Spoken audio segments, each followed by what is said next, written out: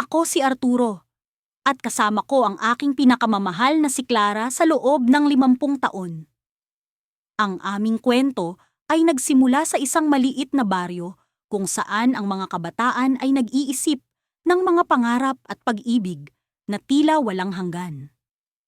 Sa unang pagkikita namin na ni Clara, parang may kakaibang koneksyon na agad nag-ugnay sa aming mga puso.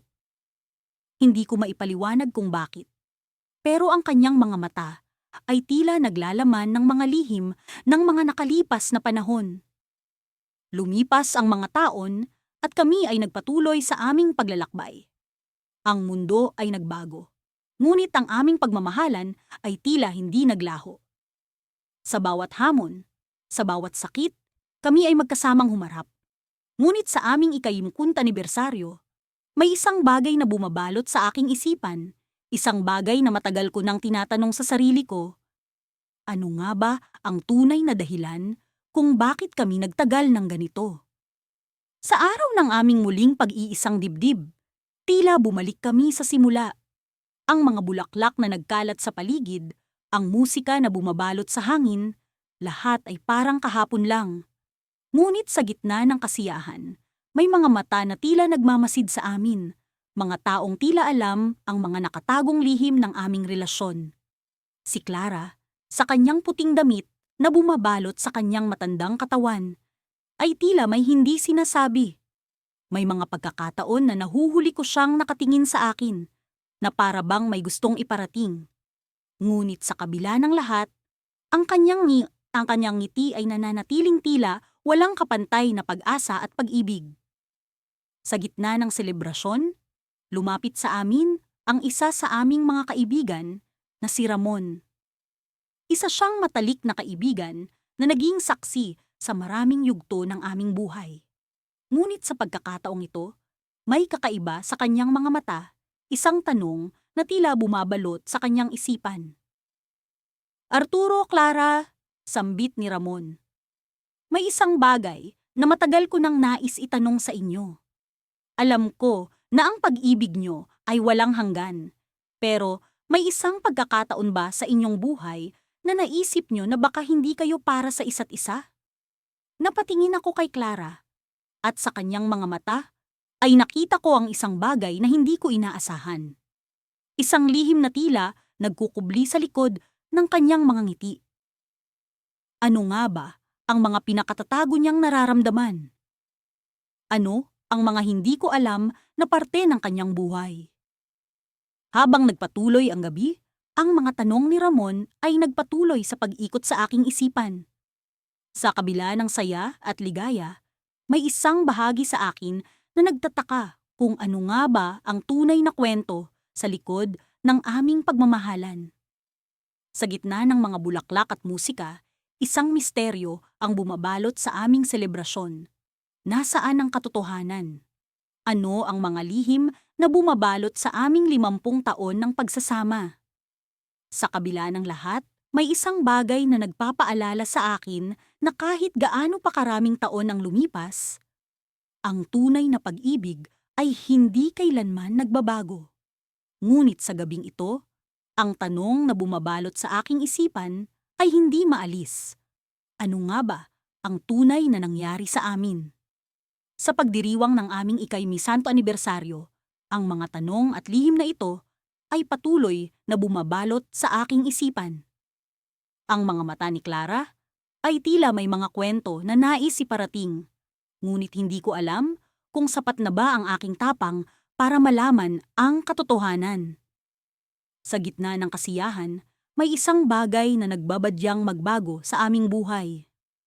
Ang mga alaala ng aming kasal ay bumalik sa aking isipan habang nakatayo kami ni Isidro sa gitna ng bulaklak na hardin, kung saan ginanap ang aming ikalawang seremonya ng kasal. Sa bawat hakbang ko patungo sa altar, ramdam ko ang init ng araw na tila sinasalamin ang init ng aming pagmamahalan na nagtagal ng 5 dekada. Ang mga bisita, karamihan ay mga kaibigan at pamilya na naging saksi sa aming paglalakbay, ay nakangiti habang kami nagpalitan ng mga pangako. Parang kahapon lang nang una akong nangako sa kanya ng walang hanggang pag-ibig. Alam mo ba, Elvira? Bulong ni Isidro habang hawak ang aking kamay. Sa loob ng 50 taon. Hindi ko kailanman inisip na magbabago ang nararamdaman ko para sa'yo. Ngumiti ako. Pinipigilan ng luhang gustong pumatak. Ako rin, Isidro. Parang kahapon lang nang una kitang makita sa karnabal, kung saan sinubukan mong makuha ang aking atensyon sa pamamagitan ng pagwawagi sa isang paligsahan ng pag-akyat sa lubid. Natawa siya. Ang mga mata'y kumikislap sa alaala. Oo nga. At sa huli, ikaw ang nagwagi sa aking puso. Habang nagpatuloy ang seremonya, hindi ko maiwasang alalahanin ang mga pagsubok na aming pinagdaanan. Ang mga hindi pagkakaintindihan, ang mga pag-aaway na tila walang katapusan, at ang mga masasayang tagpo na pumapawi sa lahat ng pagod.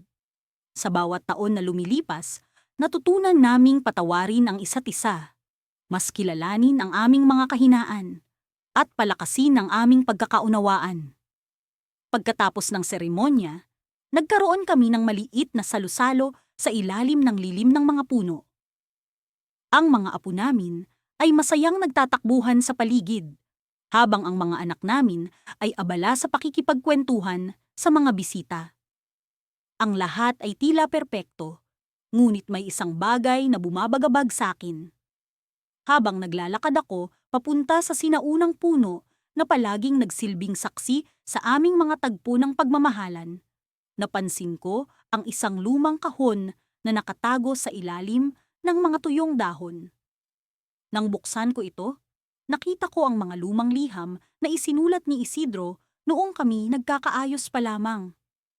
Ang mga liham na ito ay puno ng mga matatamis na salita, ngunit may isang liham na nagpagulo ng aking damdamin. Ang liham na iyon ay mula sa isang hindi kilalang babae. Ang mga salita ay puno ng emosyon at pahiwatig ng isang nakaraang relasyon na tila hindi ko alam. Mahal kong Isidro, simula ng liham, salamat sa mga alaala. Hindi ko makakalimutan ang ating mga pinagsamahan.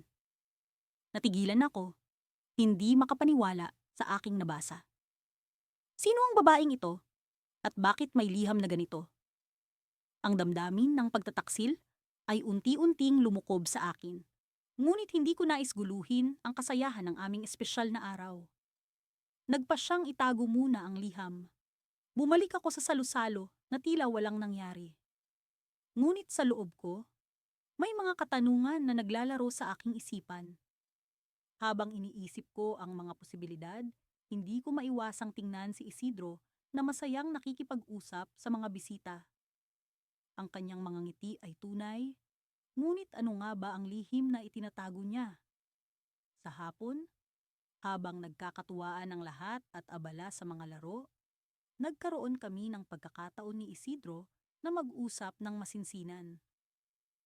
Isidro, simula ko. May nahanap akong liham sa ilalim ng puno. May gusto ba akong malaman?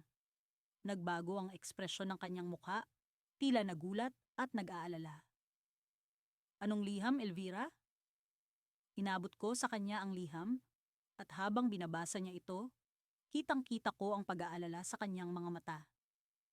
Ito ay mula kay Clara, sagot niya, habang pinipilit na maging kalmado. Isang nakaraan na akala ko'y naayos na. Clara, tanong ko, hindi makapaniwala. Sino siya? Sa kanyang mga mata ay may lungkot na tila matagal nang hindi niya naipapahayag. Si Clara ay isang bahagi ng aking nakaraan bago kita nakilala, Elvira. Nagkaroon kami ng maikling pag-iibigan, ngunit nagwakas dahil sa iba't ibang kadahilanan. Akala ko'y tapos na iyon. Ang aking damdamin ay magulo, ngunit hindi ko nais na basta na lang magalit. Bakit hindi mo sinabi sa akin noon pa? Hindi ko alam kung paano, Elvira. Hindi ko naisaktan ka o guluhin ang ating relasyon. Ang alam ko lang ay ikaw ang mahal ko at ikaw ang pinili ko. Habang iniisip ko ang kanyang sinabi, nararamdaman ko ang hirap ng sitwasyon. Ngunit alam ko ring sa 50 taon naming magkasama, hindi ko siya pinagdudahan. Sa kabila ng lahat, mas pinipili kong maniwala sa kanya. Ngunit ang tanong na ito ay nag-iwan sa aking puso ng isang katanungan na hindi ko alam kung kailan masusugpo. Ano nga ba ang tunay na nangyari sa pagitan nila ni Clara? At paano ko haharapin ang bagong pagsubok na ito sa aming relasyon? Habang lumilipas ang araw, ang lihim na ito ay tila isang sinyales ng bagong yugto sa aming buhay. Ngunit sa kabila ng takot at pag-aalinlangan, alam kong ang aming pag-ibig ang magsisilbing gabay sa bawat hakbang namin pasulong. Sa araw ng aming ika-5 anibersaryo, ang araw ay tila mas maliwanag kaysa dati. Ang mga bulaklak sa hardin ay namumukadkad sa kanilang kasariwaan, tila nakikiayon sa pagdiriwang ng aming pag-iisang dibdib na muling isa sa katuparan ngayong araw. Nakatingin ako kay Roberto, ang aking pinakamamahal, habang siya'y abala sa pag-aayos ng mga dekorasyon sa bakuran.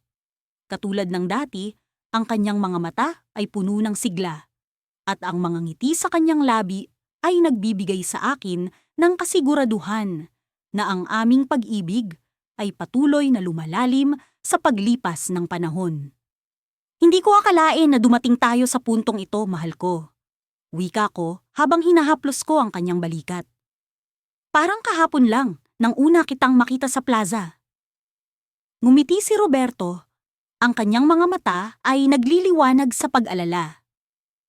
Alam mo ba, hindi ko rin makalimutan ang araw na iyon. Nakasuot ka ng asul na bestida at ang hangin ay tila naglalaro sa iyong buhok. Agad akong nabighani. Humagikik ako sa kanyang paggunita. At ikaw naman sa iyong puting polo at maong. Akala ko'y isa kang artista. Nagpatuloy kami sa aming mga gawain. Ang mga alaala ng aming kabataan ay tila mga bulaklak na muling sumibol sa aming mga isip. Ang aming mga anak at mga apo ay darating mamaya para saksihan ang seremonya ng aming muling pag-iisang dibdib. Ang mga araw na puno ng tawanan, luha, at mga pagsubok ay tila naging mga hakbang patungo sa araw na ito. At alam namin na bawat araw ay hindi naging madali, ngunit ang pag-ibig ang naging pundasyon ng aming relasyon. Habang abala kami sa paghahanda, biglang may tumawag sa telepono. Si Roberto ang sumagot at habang nakikinig siya sa kabilang linya, nakita ko ang kapagbabago sa kanyang ekspresyon. Ang kanyang muka ay tila nabalot ng pag-aalala. Anong nangyari, Roberto? Tanong ko, puno ng pag-aalala sa kanyang reaksyon. Ibaba niya ang telepono at tumingin sa akin. Ang kanyang mga mata ay puno ng pagdududa. May tawag mula sa abogado ni Manuel. Sabi niya, ang boses ay puno ng kaba. Si Manuel ay ang matalik na kaibigan ni Roberto mula pa noong kabataan. Magkasama silang nagtrabaho at naglakbay. Ngunit ilang taon na ang nakalipas, nagkaroon sila ng hindi pagkakaintindihan na nauwi sa hindi pagkakaintindihan. Mula noon, hindi na sila nag-usap. Ang pangalan ni Manuel ay laging nagdadala ng bigat sa aming mga puso, lalo na kay Roberto na tila nawala ng isang kapatid. Ano ang sinabi ng abogado? Tanong ko. Pilit na pinapakalma ang aking sarili. Hindi ko alam ang lahat ng detalye, ngunit may iniwan daw si Manuel para sa akin, isang liham. Isang liham? Ang aking isip ay lumilipad sa mga posibilidad. Ano kaya ang laman ng liham na iyon? Oo, at nais niyang ibigay ito sa akin ngayong araw, sa mismong araw ng ating anibersaryo. Habang iniisip namin kung ano ang maaaring laman ng liham na iyon, naramdaman ko ang pagdadalawang isip ni Roberto. Sa kabila ng kanyang pag-aalala, alam kong nais niyang malaman kung ano ang mensahe ng liham. Ang mga alaala ng kanilang pagkakaibigan ay tila muling bumabalik, ngunit kasama nito ang sakit ng kanilang hidwaan. Roberto, marahil ito na ang pagkakataon upang maayos ang anumang hindi pagkakaintindihan.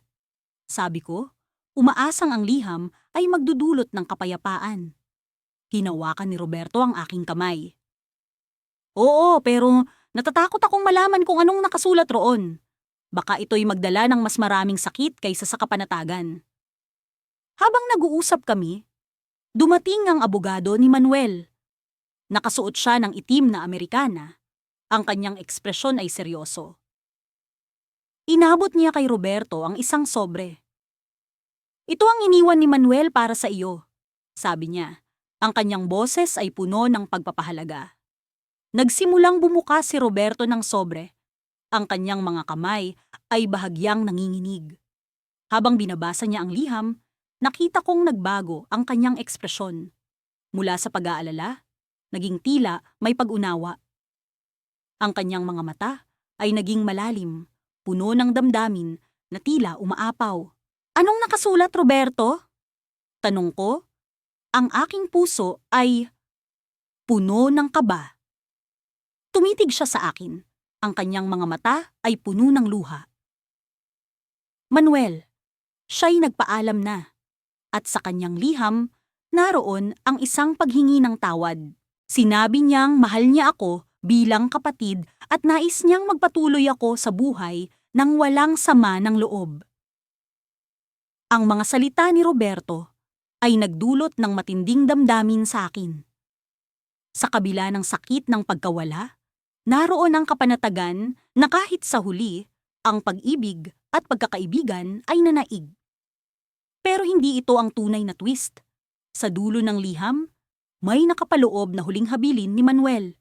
Isang lihim na matagal nang itinago. Ang lihim na ito ay may kakayahang baguhin ang lahat ng alam namin tungkol sa nakaraan.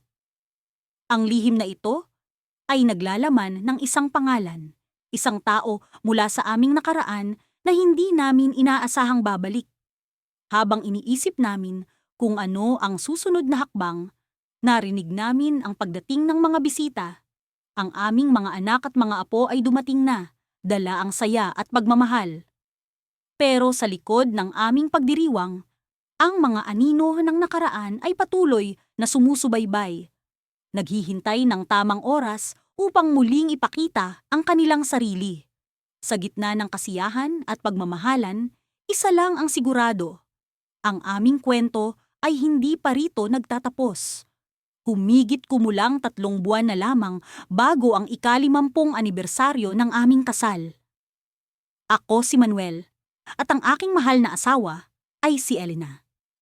Sa loob ng kalahating siglo, kami magkasama sa hirap at ginhawa, sa lungkot at ligaya. Ngayon, sa aming espesyal na araw, naisipan naming muling ikasal upang ipagdiwang ang pag-ibig na tila kahapon lang nagsimula. Sa umaga ng aming anibersaryo, ang hangin ay may halong lamig at init. Parang paalala ng mga pagbabago sa buhay. Nagising ako sa tunog ng mga ibong nag-aawitan sa labas ng bintana. At sa tabi ko, naroon si Elena. Nakangiti habang ako'y tinititigan. Manuel, parang kahapon lang tayo'y naglakad sa altar. Sabi niya, habang hinahaplos ang aking pisngi. Para sa aming kasal, napagdesisyonan naming bumalik sa simbahan kung saan kami unang kinasal. Ang simbahan ay nasa gitna ng isang maliit na baryo, napapaligiran ng mga punong mangga at mga tanim na bulaklak. Habang kami papunta roon, hindi ko maiwasang balikan ang mga alaala ng aming kabataan. Ang mga tawanan, ang mga pagkukumpuni ng aming buhay, ang mga paglalakbay na magkasama. Sa likod ng lahat ng ito, ang pag-ibig namin ay matibay at hindi matitinag. Pagdating namin sa simbahan, sinalubong kami ng mga kaibigan at pamilya. Ang saya sa kanilang mga mukha ang nagpatibay sa aking paniniwala na ang pag-ibig ay may kakayahang magtagumpay sa oras. Si Elena ay nakasuot ng simpleng puting damit na para bang sinasagisag ang kanyang kagalakan at kalinisan ng kanyang puso. Sa kanyang mga mata, nakita ko ang lalim ng kanyang damdamin, ang pagmamahal na walang kapantay. Habang ang seremonya ay nagaganap, kami nakatayo sa harap ng altar, magkahawak kamay. Ang pari na nagkasal sa amin 50 taon na ang nakalilipas, ay naroon pa rin, mas matanda, ngunit kasing puno ng pag-asa. Manuel at Elena, sa loob ng 50 taon, kayo'y nagtagumpay sa pagsubok ng panahon. Ano ang inyong sekreto? Tanong niya habang kaming nakangiti. Sagot ko, ang pag-ibig ay parang halaman, kailangan ng tubig at sikat ng araw upang lumago. Si Elena naman ay nagsabi, at kapag may bagyo, hindi tayo bumibitiw. Matapos ang seremonya, nagkaroon kami ng munting salusalo sa likod ng simbahan. Ang mga tao'y nagtipon-tipon, nag-uusap, at nagbabalik tanaw sa mga panahong kami magkasama. Ang musika ay nagpatuloy. At kami sumayaw. Ang mga hakbang namin ay parang sinasabayan ng tibok ng aming puso. Habang kami sumasayaw, naramdaman ko ang kakaibang pakiramdam sa aking dibdib. Ito'y hindi sakit, kundi parang isang malalim na pag-unawa. Hindi ko alam kung paano, ngunit sa mga sandaling iyon, naramdaman ko na ang aming pag-ibig ay higit pa sa 50 taon. Na parang may tinik sa aming landas na hindi namin napansin noon. Sa gitna ng kasiyahan, lumapit sa amin ang isang matandang lalaki. Hindi ko siya kilala, ngunit siya'y may hawak na luma at punit na litrato. Manuel, Elena, kilala niyo ba ito? Tanong niya habang pinapakita ang larawan. Sa larawan, nakita ko ang mas batang bersyon ng aming sarili, ngunit may isang tao pa sa tabi namin. Ang lalaking hindi ko maalala sa aming kasaysayan. Ibinigay ni Elena ang isang mahigpit na tingin sa akin na parang nagtatanong. Sino ito, Manuel? Tanong niya. Ang kanyang boses ay puno ng pag-aalala. Hindi ko alam, Elena. Hindi ko matandaan na may lalaki pang kasama sa ating litrato. Ang matandang lalaki ay ngumiti, ngunit sa kanyang mga matay may lungkot. Ako si Carlos. At ako ang dahilan kung bakit narito kayo ngayon. Nagulat ako sa kanyang sinabi. Carlos? Paano? Tanong ko. Habang nararamdaman ang bigat ng kanyang mga salita. Ako ang tumulong sa inyong pag-iibigan. Sa likod ng mga liham na hindi ninyo alam, sa mga sandaling kayo'y nagkamali at nagkahiwalay, ako ang nagtulak sa inyo upang magkaayos. Sabi ni Carlos, ang kanyang boses ay puno ng katotohanan. Sa sandaling iyon, ang lahat ng aking alam tungkol sa aming pag-ibig ay tila nabaliktad. Ang mga liham, ang mga pagkakataong kami nagkaayos, ang mga hindi inaasahang pagkakataon, lahat ay may kamay na gumabay. Si Carlos, isang tao na hindi namin kilala, ngunit naging bahagi ng aming kwento. Hindi ko alam kung paano ko haharapin ang bagong realidad na ito. Ngunit sa aking puso, alam kong ang aming pag-ibig ay tunay sa kabila ng lihim na ito. At sa aming susunod na hakbang, kailangan naming harapin ang katotohanan na ang aming kasaysayan ay hindi lamang amin, kundi bahagi rin ng iba. Habang kami nakatayo, magkahawak ang kamay, alam kong ang aming kwento ay hindi pa tapos. Ang twist ng aming buhay ay nagbigay ng bagong kabanata, isa na dapat naming harapin ng magkasama. Sa likod ng aming pag-ibig, may lihim na naghintay ng pag-unawa. Ngunit sa kabila nito, ang aming pag-ibig ay parang kahapon lang nagsimula, puno ng pag-asa at pag-unawa. Sa paglipas ng mga taon, natutunan kong ang pag-ibig ay hindi laging isang tuwid na daan. May mga liko ito, mga hamon, at mga pagkakataong minsan ay sumusubok sa tibay ng pagsasama. Ngunit sa aming ika-50 anibersaryo, ramdam ko ang isang kakaibang pagnanasa na bumalik sa simula. Sa mga araw kung saan ang pag-ibig namin ni Arturo ay tila isang ligaya na walang hangganan. Ang aming muling pag-iisang dibdib ay isang selebrasyon ng lahat ng pinagdaanan namin. Ang mga ngiti ng aming mga anak at apo ay nagsilbing patunay na ang aming pag-ibig ay hindi lamang para sa amin, kundi para sa mga susunod na henerasyon din. Ngunit sa gitna ng kasiyahan, may isang lihim na matagal ko ng kinikimkim. Isang bagay na hindi ko pa naibahagi kay Arturo. Nang magdaos kami ng isang maliit na salusalo matapos ang seremonya, napansin kong may kakaibang ningning sa mga mata ni Arturo. Para kaming bumalik sa mga araw na bago pa lang kami nagsasama. Sa gitna ng musika at tawanan, hinila niya ako sa isang tahimik na sulok ng bulwagan. Sa ilalim ng liwanag ng gasera na nagbibigay ng malambing na atmosfera sa paligid. Alam mo, mahal, simula ni Arturo habang hawak ang aking mga kamay. Sa lahat ng taon na magkasama tayo, pakiramdam ko parang kahapon lang nang una kitang nakita. Puno pa rin ng saya ang puso ko sa tuwing tinitingnan kita. Pinisil ko ang kanyang mga kamay, ramdam ang init ng kanyang pagmamahal na tila umaagos sa aking buong pagkatao. Oo, mahal, parang kahapon lang. Pero may isang bagay akong nais kong ipagtapat sa iyo. Nag-iba ang ekspresyon ni Arturo, mula sa kasiyahan patungo sa pag-aalala.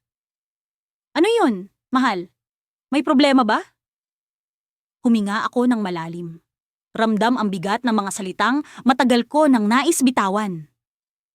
Noong unang taon natin bilang mag-asawa, may isang pagkakataon na muntik ko nang iwanan ang lahat. Hindi ko alam kung paano ko sasabihin ito sa iyo noon, kaya't pinili kong itago na lang.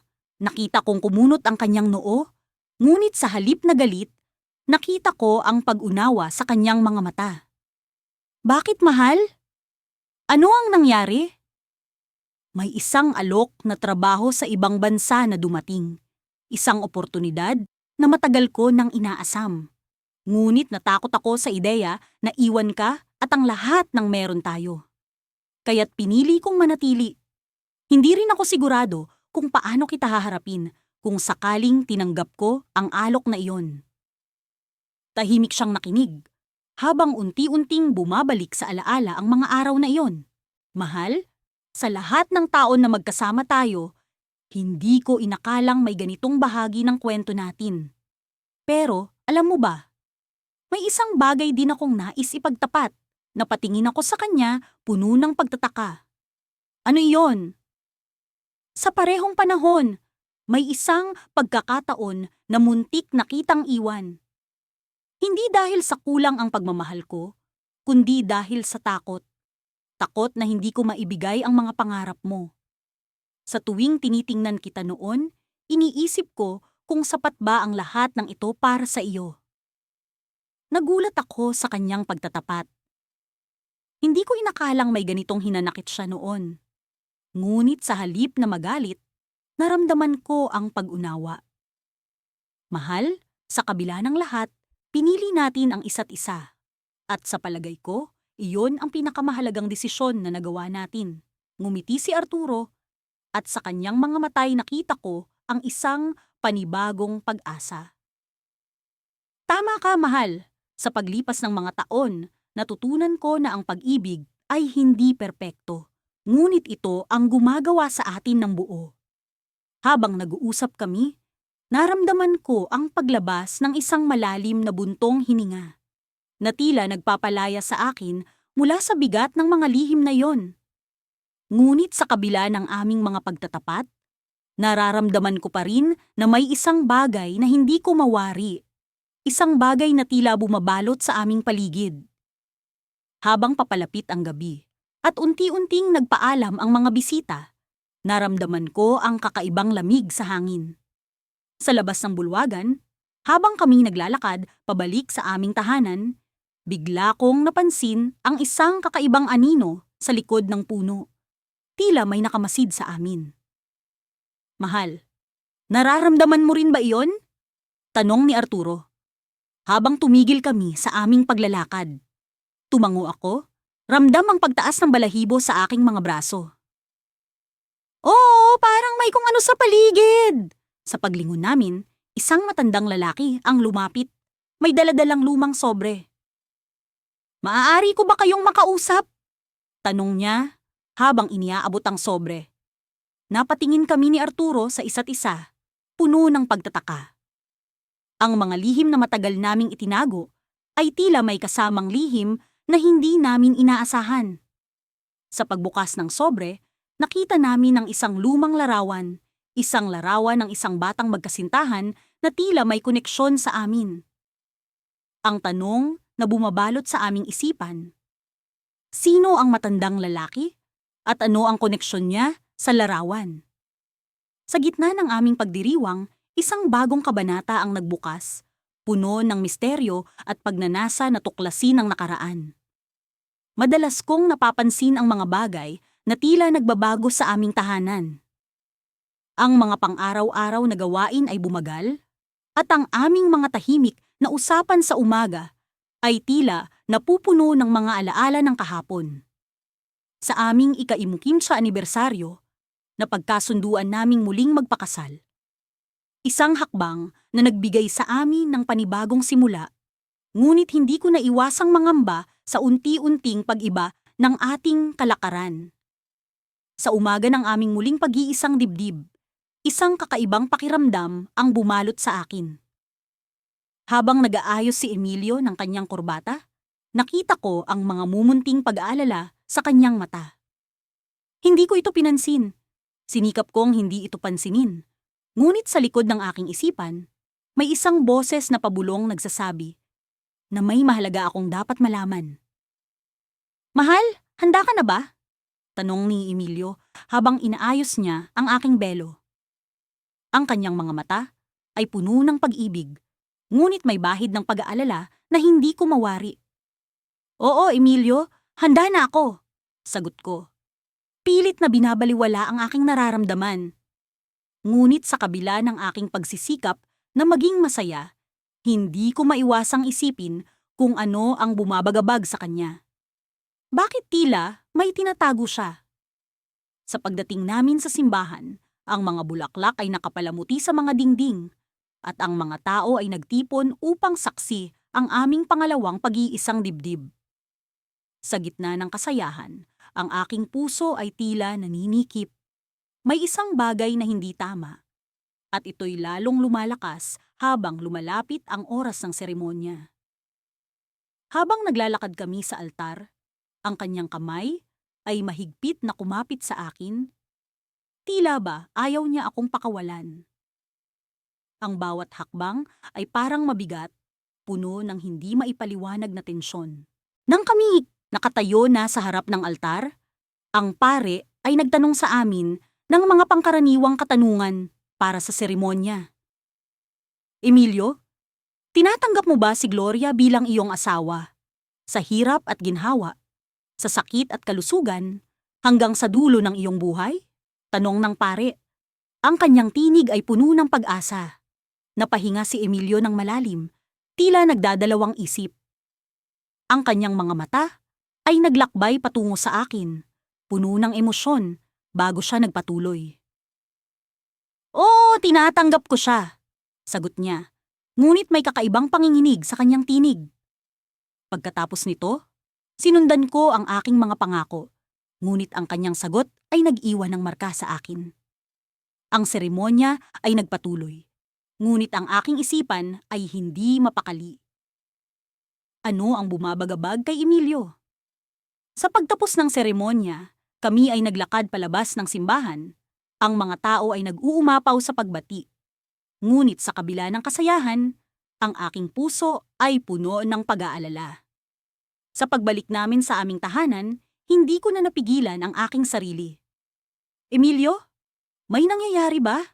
May hindi ka ba sinasabi sa akin?" tanong ko. Ang aking tinig ay puno ng kaba. Alam kong may dapat akong malaman, ngunit hindi ko alam kung paano siya tatanungin nang hindi siya nasasaktan.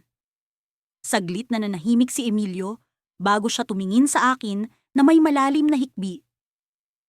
"Gloria, may isang bagay akong dapat sabihin sa iyo," sabi niya. Ang kanyang tinig ay puno ng pag-aalala. Ngunit hindi ko alam kung paano ko ito sasabihin. Ang aking puso ay tila tumigil sa pagtibok.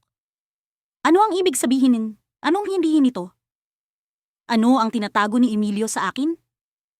Sa kanyang mga mata, nakita ko ang pag-aalala at takot. Sa kanyang mga mata, nakita ko rin ang pag-ibig.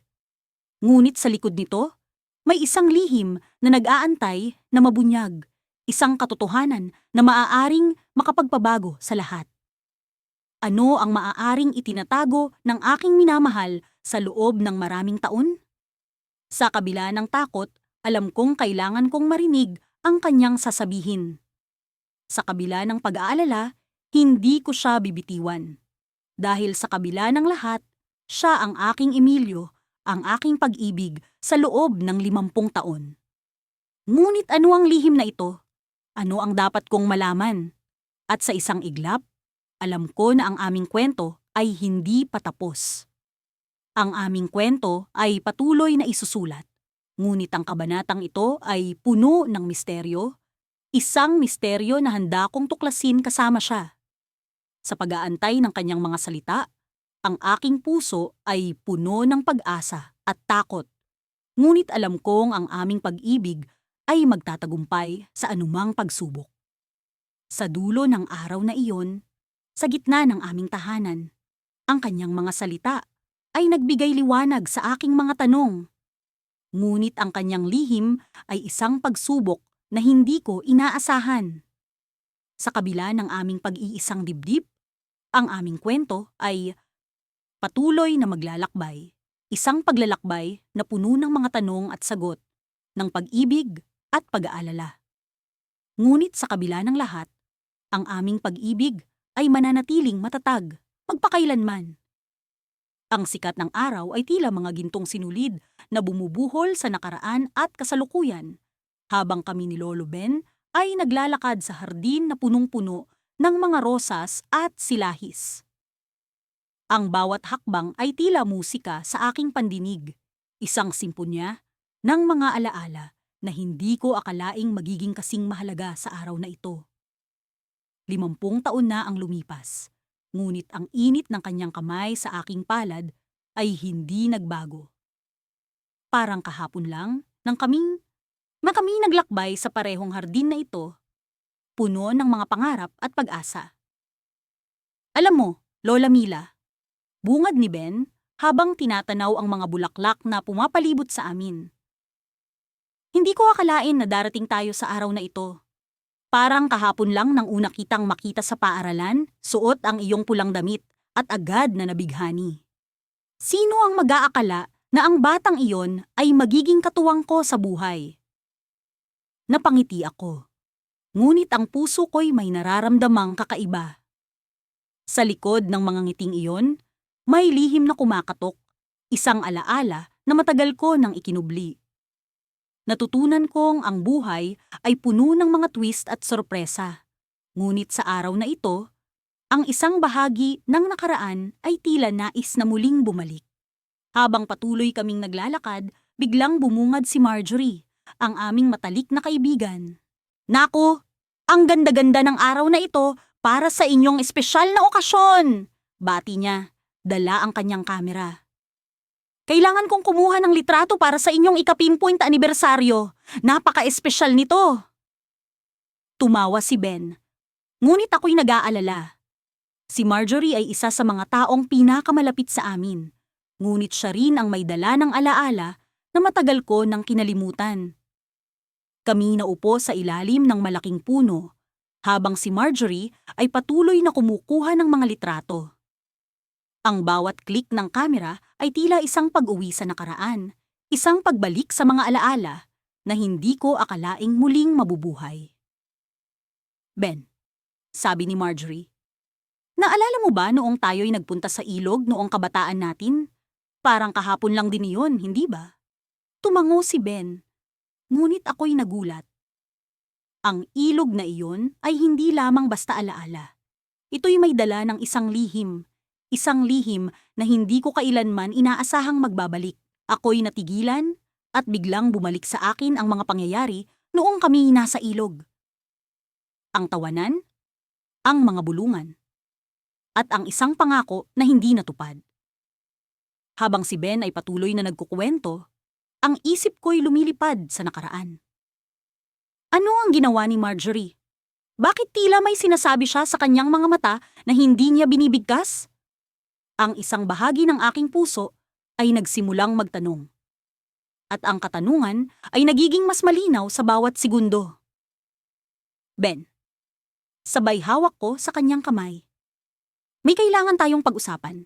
May isang bagay na matagal ko nang nais ipaalam sa iyo.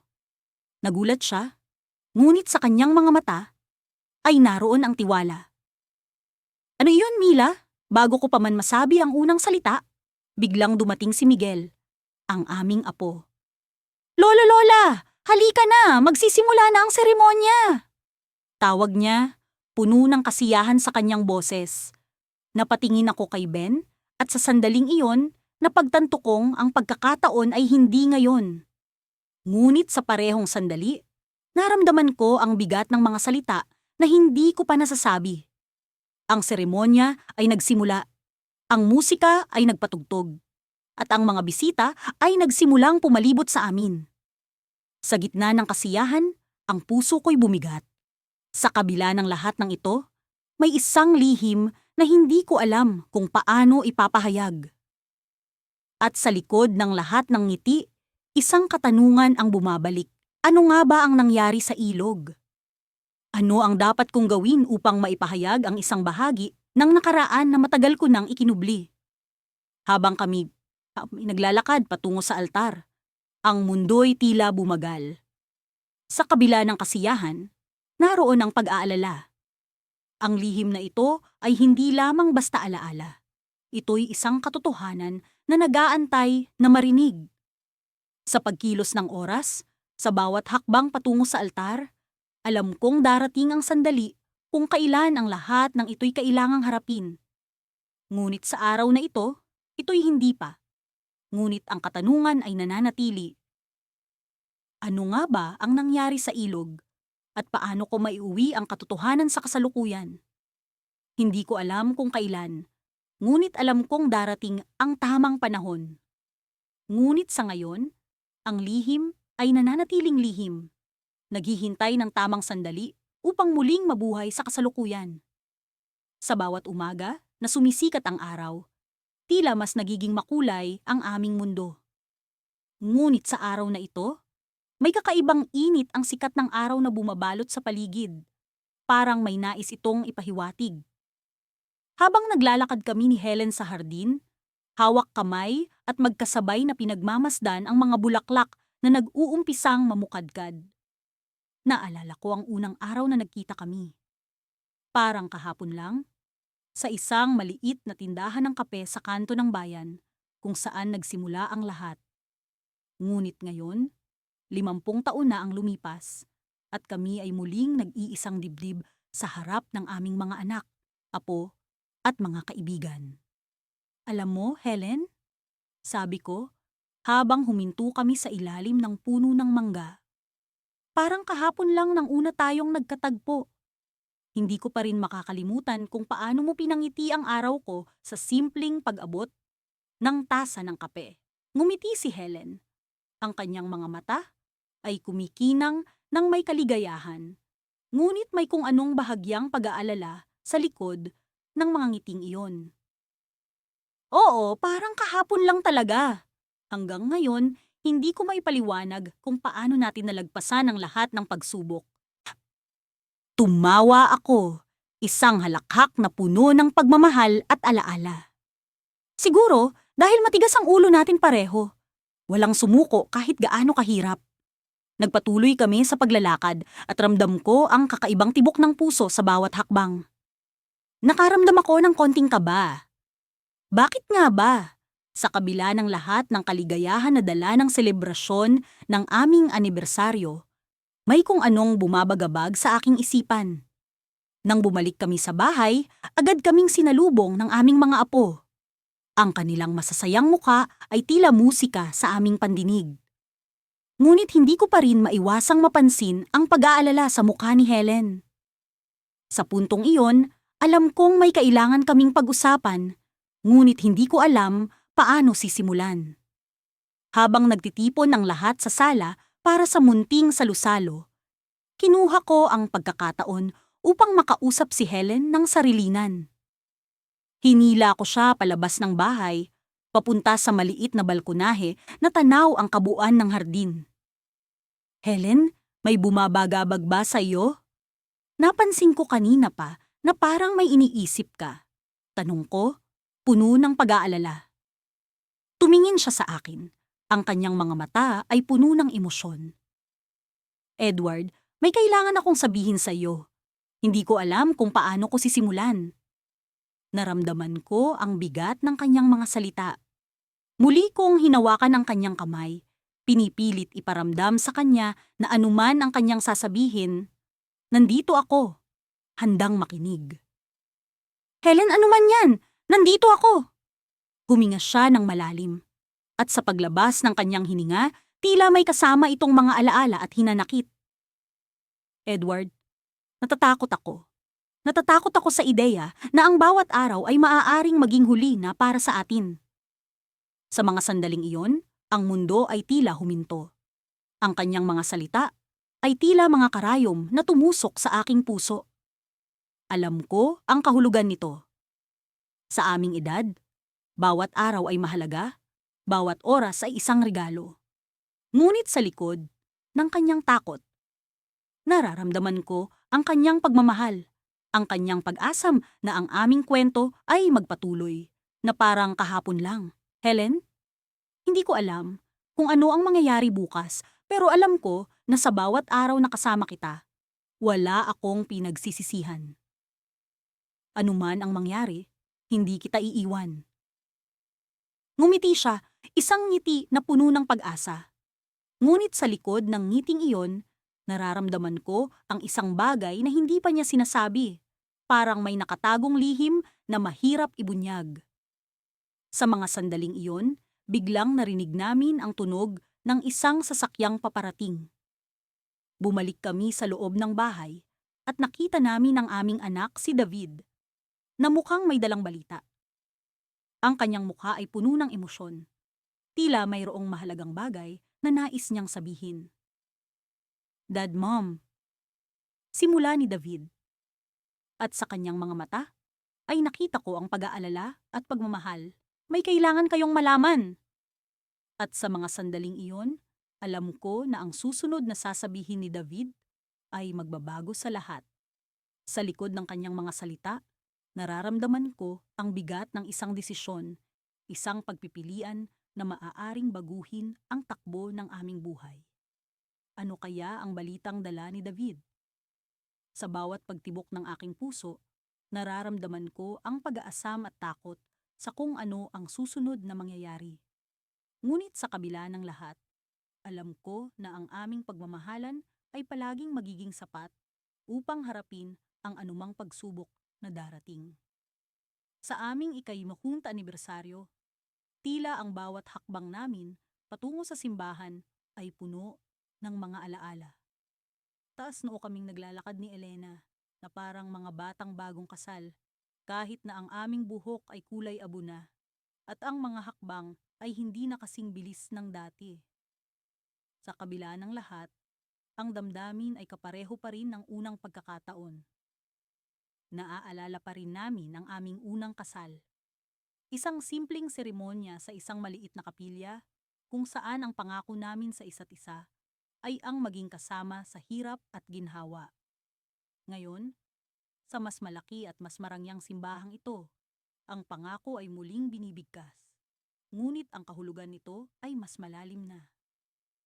Ang bawat taon na lumipas ay nagpatibay sa amin, at sa bawat pagsubok, lalo kaming nagkakapit-bisig. Habang nakatayo kami sa altar, wala akong magawa kundi ang mapatitig sa mga mata ni Elena. Sa kabila ng mga linya ng edad sa kanyang mukha, ang kinang ng kanyang mga mata ay hindi kumukupas. Sa mga mata niya, nakikita ko ang lahat ng aming pinagdaanan, ang mga ngiti, luha, at mga pangarap na natupad. Nang binigkas ng pari ang mga salitang, "Magsimula na tayo," kami nagkapit kamay, at ang seremonya ay nagsimula. Nagsimula ang mga panalangin. At sa bawat pagbigkas ng mga pangako, parang bumabalik ako sa nakaraan. Naalala ko ang araw na nagkakilala kami sa isang munting tindahan ng aklat.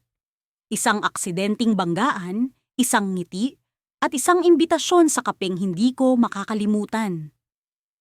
Ang kanyang pagmamahal sa mga libro ay naging daan upang makilala ko siya. At sa bawat pahina ng librong binabasa namin noon, unti-unti kaming naging bahagi ng kwento ng isa't isa.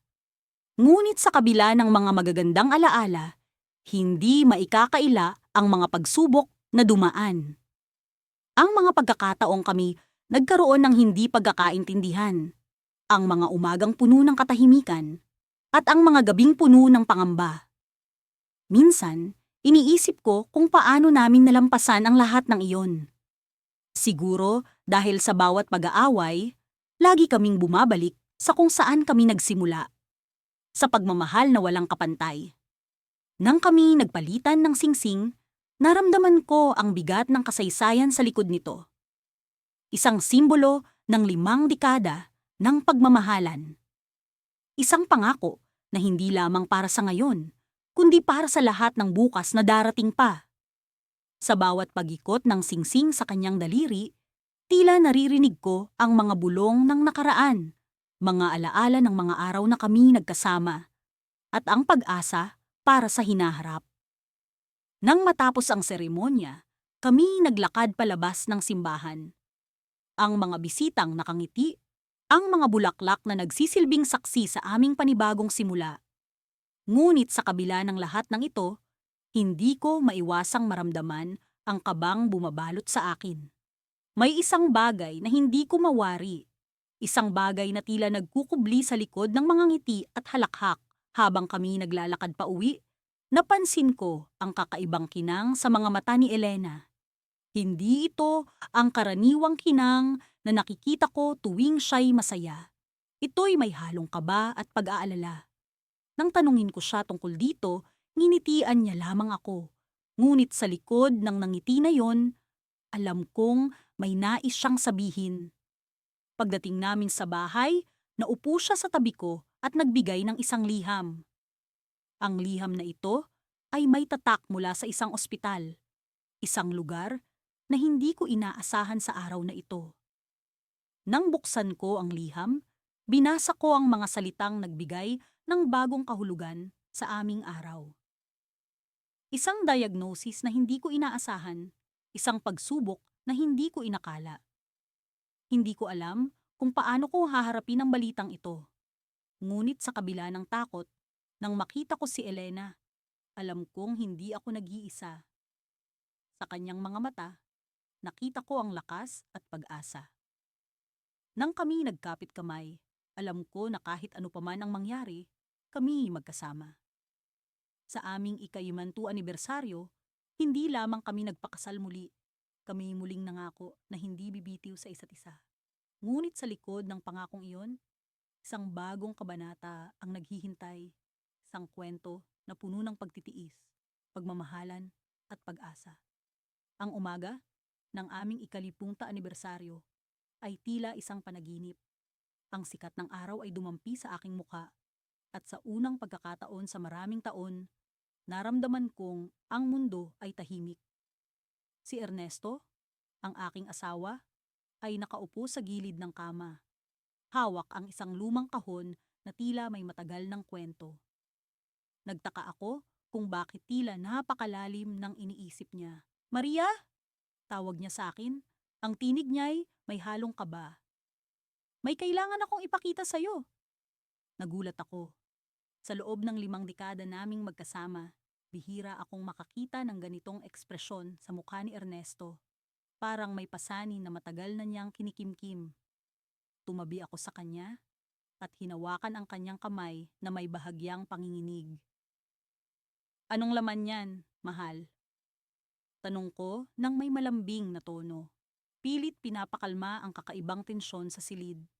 Binuksan niya ang kahon at tumambad ang isang bungkos ng mga lumang liham. Ang papel ng mga ito ay nanilaw na sa katandaan, pero maingat na nakatali ng pulang laso. Kinuha niya ang isang liham mula sa bunton at iniabot sa akin. Ang sulat ay may pirma ko. Ngunit ang nakakapagtaka, hindi ko maalala kailan ko isinulat iyon. Maria, noong mga unang taon natin, may liham kang iniwan sa akin. Hindi ko kailanman sinabi sa'yo, pero binasa ko ito tuwing pakiramdam ko'y malayo ka, kahit nasa tabi kita. Hindi ko maintindihan kung bakit mo ito isinulat. Pero, Maria, bakit mo ako gustong iwan? Parang bumagsak ang mundo ko sa tanong na yon. Ang mga salita niya'y tumama sa akin ng parang kidlat. Hindi ko alam ang sinasabi niya. Hindi ko maalala na isinulat ko ang ganoong bagay. Binuksan ko ang liham. At parang nanariwa sa akin ang isang bahagi ng buhay namin na matagal ko nang binaon sa limot. Ang tinta ng aking sulat kamay ay bahagyang kupas, pero malinaw pa rin ang bawat salita. Mahal kong Ernesto, alam kong hindi mo inaasahan ito, pero nararamdaman kong kailangan kong gawin. May mga bagay na hindi ko maipaliwanag, mga tanong na hindi ko masagot. Mahal kita, pero may bahagi sa sarili ko na tila nawawala. Marahil ang pag-alis ko ang makakahanap ng sagot. Pasensya ka na kung nasaktan kita. Tumulo ang luha ko sa pagbabasa, hindi dahil sa sakit, kundi dahil sa gulat. Hindi ko matandaan kung kailan ko isinulat yon. Hindi ko maalala na nagkaroon ako ng ganitong damdamin. Ang buong buhay ko, kasama si Ernesto, ay puno ng saya, ng pakikibaka, ng pagmamahal. Paanong nagkaroon ng ganitong sulat? Ernesto? Sabi ko, halos hindi lumalabas ang boses ko. Hindi ko maalala na isinulat ko ito. Hindi ko maalala na tinangka kong umalis. Nakatingin siya sa akin, ang mga mata niya'y puno ng pagmamahal. Ngunit may halong takot. Maria, hindi kita hinusgahan. Hindi kita tinanong noon dahil natakot akong baka totoo ang sinasabi mo sa sulat. Pero hindi ka umalis. Nagpatuloy tayo. Kaya tiniis kong itago ang liham na ito. Pero ngayon, sa ika-5 taon natin, gusto kong tanungin. May kulang ba sa buhay natin? May hinahanap ka bang hindi ko maibigay? Pilit kong inalala ang mga panahong iyon. Ano ba ang nasa isip ko noon? Bakit ko isinulat ang ganoong liham? Hindi ko mahanap ang sagot. Parang may bahagi ng nakaraan na biglang nagbukas, ngunit nanatiling madilim. Ernesto, walang kulang. Hindi kita kailanman gustong iwan. Pero bakit parang hindi ko matandaan ang lahat ng ito? Tumayo siya, hinawakan ang aking mga balikat, at tumingin sa aking mga mata. Maria, mahal kita. At kahit ano pa ang dahilan ng liham na iyon, hindi ko kailanman pinagdudahan ang pagmamahal mo. Ang gusto ko lang malaman ngayon ay kung masaya ka sa akin, kung may kulang pa. Hindi ko alam ang isasagot. Paano kung may sagot na hindi ko pa natutuklasan? Ang puso ko ay puno ng pagmamahal para kay Ernesto. Pero ang mga salitang nasa liham ay parang kutsilyong tumusok sa aking alaala, isang hiwang hindi ko maipaliwanag. Masaya ako, Ernesto. Mahal kita. Pero kailangan kong malaman kung bakit ko isinulat ang liham na iyon. Tahimik kami habang nakatingin sa kahon ng mga lumang liham. At sa ilalim ng bunton, napansin ko ang isang sulat na hindi ko pirma. Kinuha ko ito at binuksan. Ang tinta ay mas bago kaysa sa iba pang sulat at ang pirma ay kay Ernesto. Ang laman ng sulat ay nagpatigil sa aking paghinga. Maria, may kailangan akong aminin. Hindi ko alam kung paano ko sasabihin ito sa'yo. Pero may isang bagay na matagal ko nang itinatago. Napatingin ako kay Ernesto. At bago pa man siya makapagpaliwanag, narinig namin ang tunog ng pintuan. Malakas ang kalabog at may mga yapak na papalapit mula sa labas. Ang mga yapak na iyon ay hindi pamilyar. May kung sino ang nasa pintuan.